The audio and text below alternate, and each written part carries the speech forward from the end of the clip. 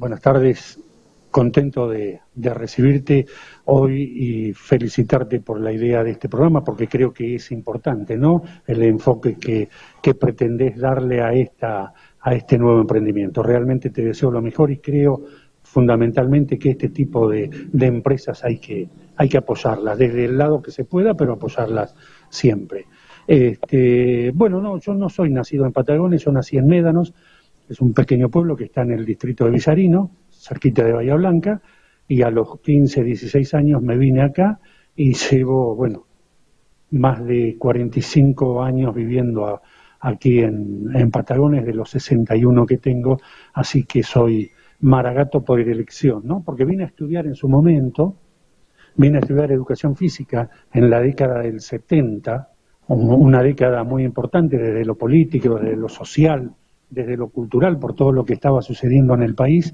Y bueno, en aquel entonces me quedé, estudié, formé parte de un centro de estudiantes en gobiernos represivos, con lo cual deberíamos ser uno de los pocos centros de estudiantes que en el año 77 todavía seguían funcionando, hasta que, bueno, vino una intervención de los militares del Puerto Belgrano al Instituto de Educación Física y bueno, se terminó en aquel entonces. Pero bueno, esto para comentarte alguna cuestión política desde lo personal, ¿no?, enfocándolo siempre hacia el lado de la socialdemocracia, ¿no?, siempre a la necesidad de la participación, siempre a la importancia de la participación en política, en sindicatos, en mutuales, en sociedades barriales, en centros de estudiantes. Creo que esa es la manera de desarrollar un país.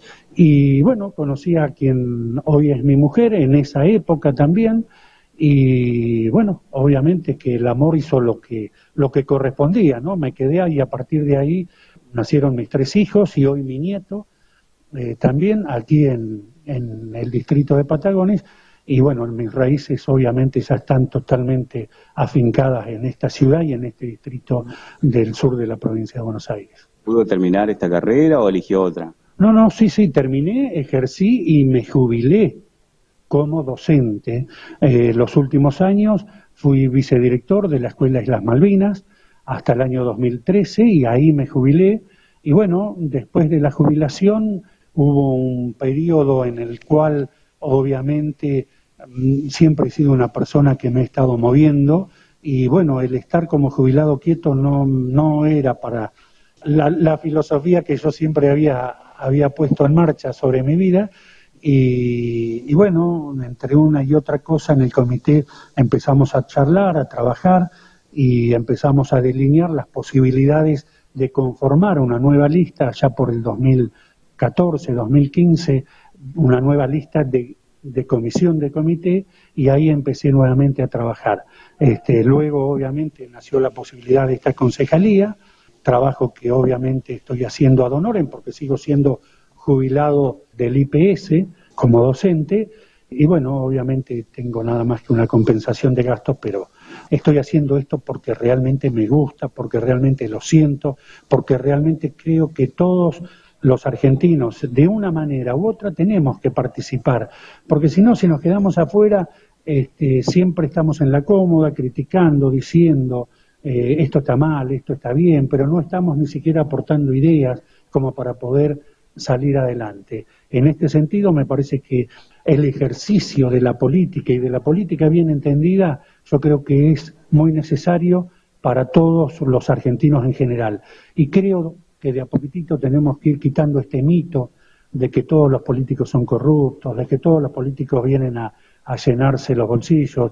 Yo conozco y sé que la mayoría de los que por lo menos a este Consejo Deliberante entran, de todos los partidos políticos, no se hacen millonarios, muy por el contrario, trabajan a conciencia, podrán cometer errores o no, podrán tener más aciertos o no, pero que obviamente lo hacen fundamentalmente con una vocación de servicio, ¿no? Porque realmente estás expuesto a críticas y no a tener muchas posibilidades de poder avanzar, ¿no?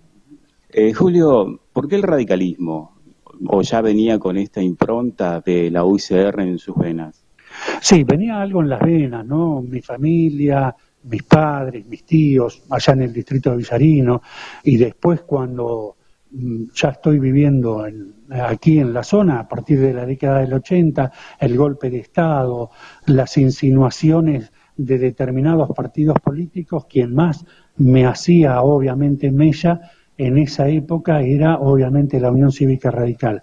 Y me voy a animar a hablar de cuando todavía era menor de edad, en las internas de la Unión Cívica Radical del año 73, cuando era Balbín contra Alfonsín. Alfonsín era un desconocido. Y bueno, toda mi familia radical ortodoxa del balbinismo auténtico y demás, y yo osaba hablar de la renovación y cambio de un señor llamado Raúl Alfonsín. Bueno, me querían desheredar, desterrar de la familia. Era menor de edad, tenía 17 años, entraba al comité y me asomaba por la ventana para escuchar los debates y nada más que eso, porque vos, pibe, correte.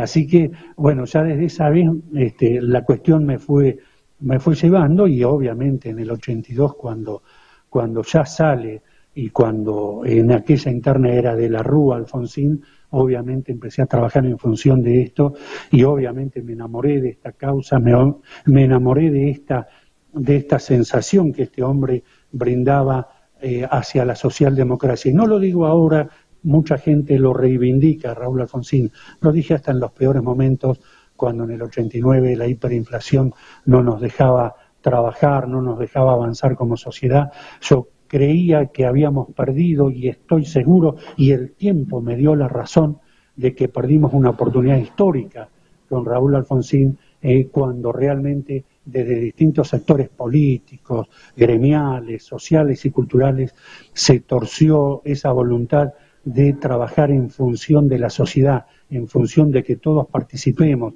en función de reivindicar las instituciones democráticas. Esa oportunidad histórica se perdió y fue una pena, porque en la década del 90 vivimos una época de atraso que realmente después nos fue llevando a lo que tal vez hoy todavía volvemos a tener coletazos. El pasado 22 de octubre fue elegido para ocupar un lugar en el Consejo Deliberante.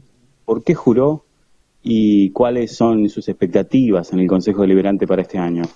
Bueno, juré, obviamente, por todo, desde el punto de vista religioso, soy un creyente, entonces obviamente también eso formó parte, y por la patria, obviamente, y lo hice delante de mis hijos, de mi mujer y de mi madre, que todavía vive, y que estuvo ese día acá. Entonces realmente eso generó un compromiso muy importante, ¿no?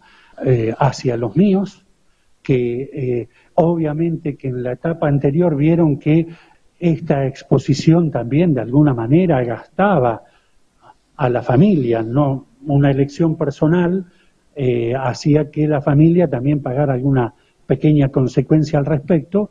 Obviamente me volvió a apoyar, me volvió a decir que sí, me volvió a decir que esto se podía dar adelante, y las expectativas están dadas fundamentalmente en esto de entender que desde estos cuerpos colegiados se pueden generar políticas, que hay que volver al debate, que hay que volver a la discusión, que hay que volver a darle al Consejo Deliberante, me da la sensación, ese sentido de poder independiente del Poder Ejecutivo, pero fundamentalmente bajo el debate, bajo las reglas de la discusión. Se han dado la aprobación de 2 o 3 expedientes muy importantes en los últimos días que han generado eso, que han generado la posibilidad de discutir, de que cada uno exponga y que cada uno también diga en qué estaba en contra con lo que venía del Departamento Ejecutivo. Y esto es bueno, y esto es rico, y esto vale, y esto sirve para las generaciones futuras,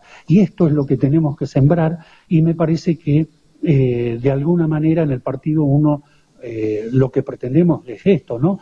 Mirar el 2019, mirar el 2021, ya con ganas y con gente nueva.